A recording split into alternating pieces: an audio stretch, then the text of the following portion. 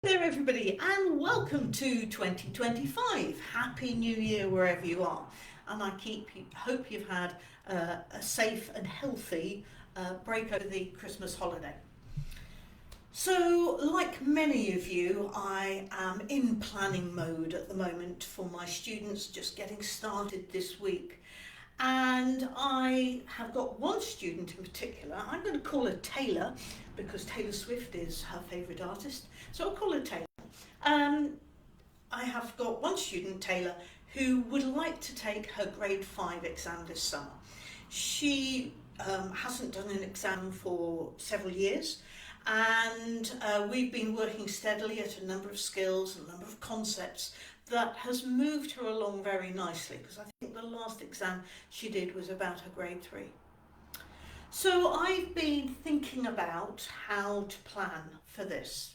Now, I don't know how you would go about this, but what I like to avoid is just thinking Taylor will be preparing and get ready to do her grade 5 exam in the summer, and therefore she's going to learn all the scales needed for grade 5, and she's going to learn this piece, and this piece. I'm going to give her a choice of this. I like to put it to one side slightly because I think the exam is only a tiny proportion of what the learning is about.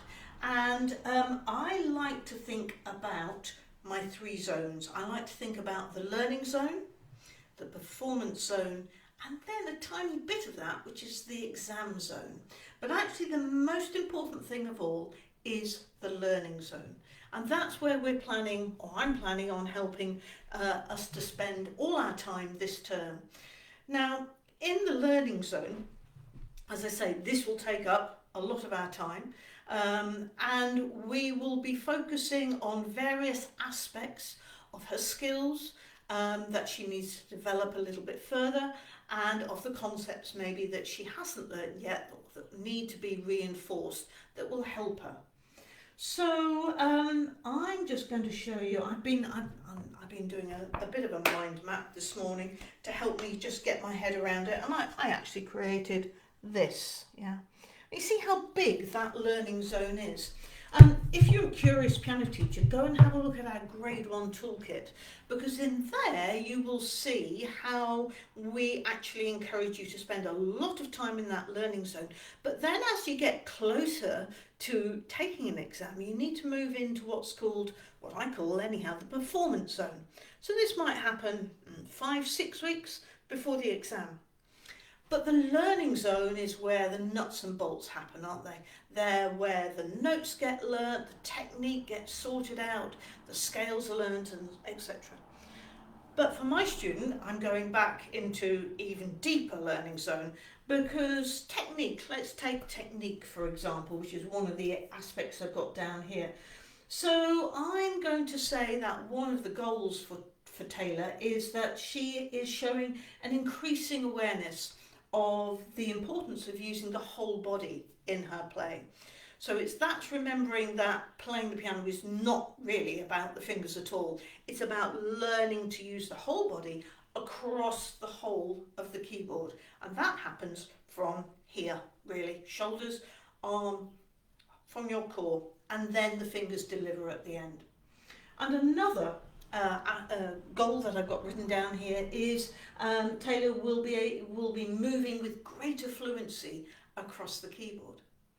Now, of course, as part of that, we are going to be doing scales. We're going to do arpeggios actually this afternoon. But in order to deliver an arpeggio accurately, you need to have that fluency. You need to have that awareness of the whole body use as you move across the piano. So that all ties in together very nicely there. And then just to give you another example, we've got repertoire, for example. Taylor will be very suited, I think, to a classical sonatina. The first movement, I'd like her to do a sonatina because we've got the sonata form there. And I want her to develop her nimble fingers and moving around with that fluency.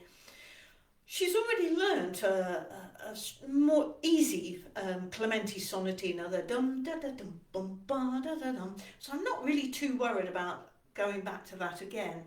But what I would like her to have is to have a greater accuracy in moving around the piano at speed, and also to be able to play with a controlled sense of tempo, taking ownership of that tempo. Because I know that as she gets a bit hung up on notes, she forgets to control the tempo herself. So I'm going to choose some pieces that are going to help her with that. These are not anything to do with an exam piece at the moment. They're slightly under her level, I would say. And we might not even learn the whole piece, and that's something I've started to do quite a lot of, that we might just learn a section of the piece for a particular skill. And this one is going to be, the one in particular that I want to mention is Stephen Heller, the Avalanche, that goes diddly diddly dee, choop, diddly diddly dee, choop. And of course what that needs is you need to move around the piano with increasing accuracy, but also you have to control the tempo, because sometimes you've got the triplet quavers and other times you've got the crotchets.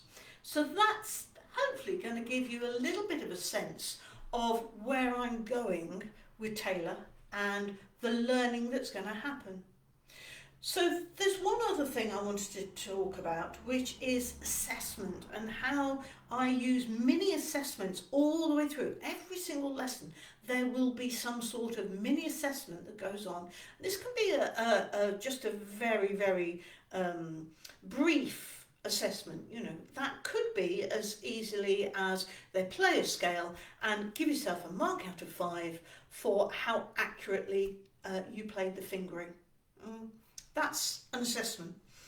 It's not a summative assessment, it's not like an exam, but these mini assessments are actually the backbone of our lessons, and they actually secure the learning in quite an important way, and it's something I might well return to in a different teaching tip. That's enough for today though. Good luck with that planning if it's going on. Just have a little think about the learning zone and what that student needs to learn, looking at the bigger picture rather than just focusing on the end result for the exam.